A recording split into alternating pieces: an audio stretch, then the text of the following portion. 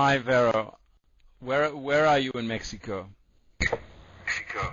Hi, Scott. We met many years ago when you came to Mexico. I'm in Mexico City. And in fact, it was me who proposed you because definitely I love your books and a material developer. How? Why is it important for us teachers to know precisely about language, as your book is called? Why should teachers know about language? I think we have a responsibility to know about language because it's what we teach. But as I say that, I have to add a proviso there. Just because we teach about language, it doesn't mean to say, of course, that we have to spend all the time in the classroom explaining to the students about the language.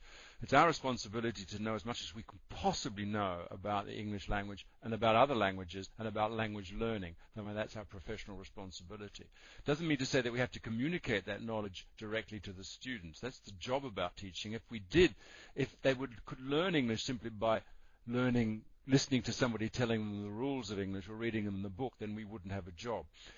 The point is that we mediate that knowledge for the students. And one way we do that is to select from all that we know about language, all the descriptive grammar that we've accumulated over the years.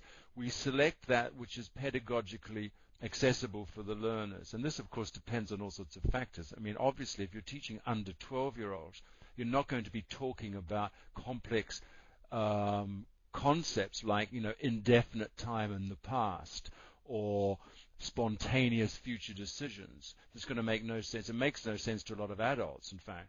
So obviously we need to make these kind of decisions. Sometimes, of course, course books or invariably course books have made these decisions for us, but I think we cannot even trust the course book writers to be making the decisions that are appropriate for our particular learners. So one of the reasons we need to know about language is so we know when to shut up about language. So we know when how to package that knowledge in ways which are pedagogically really effective. And also, obviously, in the way that we correct or give feedback to students, that's where it becomes very useful. I think that a combination of that and experience, the longer you've been in a classroom, you know what to expect, the kind of errors that students make. But to be able to explain those errors to the students, of course, is a great advantage. And this is the advantage that most non-native teachers of English have in spades, because they've had to learn the language the hard way themselves. The great disadvantage, obviously, for native speakers and the great responsibility that they have is to learn as much as they can about the language as quickly as possible, but they'll probably never catch up with people like you. Now, Vera, what conference was it that we met? Was it the Best of Britain in DF? Was it? Or was it? Oh, no, Scott. It was one that you gave to International when I was working there. And Right. Yes, okay, millions of years ago we met. And yes, my question was, because being a teacher trainer, it's very important to make the teachers aware of language itself, because if we know it, we will be able to explain to the students. We don't want them to learn all the rules or competences, but the point is here that we need to be aware of language to be able to work with it in our classes, mostly in teacher training. And I have another question if I still have time. Or beyond the sentence, which is in fact looking at language at the level.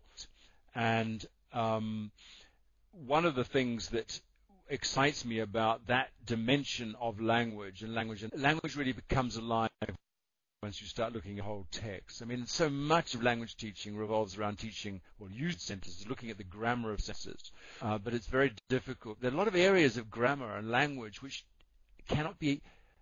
And in fact, it's interesting, on the online course I'm teaching through the New School in New York at the moment, we're doing a module on the noun phrase, and we're looking at article use, the and and etc. And of course, you cannot really look at something like how articles are used without looking at how reference evolves through a text, sentence by sentence or utterance by utterance. So this is one reason, even if within the traditional grammar that we're used to, one reason to look at language beyond the sentence is because sometimes you cannot make sense of sentence grammar until you go beyond the sentence. But of course, the other obvious reason is language always happens as text, either spoken text or written text. It never happens as isolated, decontextualized sentences, the kinds that you used to get in course books. And this is what we want our learners to produce. And text has its own rules and conventions, and therefore, as soon as we move into that level, we are equipping our learners with the kind of text-based tasks that they need learners and users of the language. Is that Linda next to you? Hi, Scott. How are you? That's my friend Linda. And my former student, too. I'm going to move on now to another speaker. So thanks, Vera. Thank you, Linda.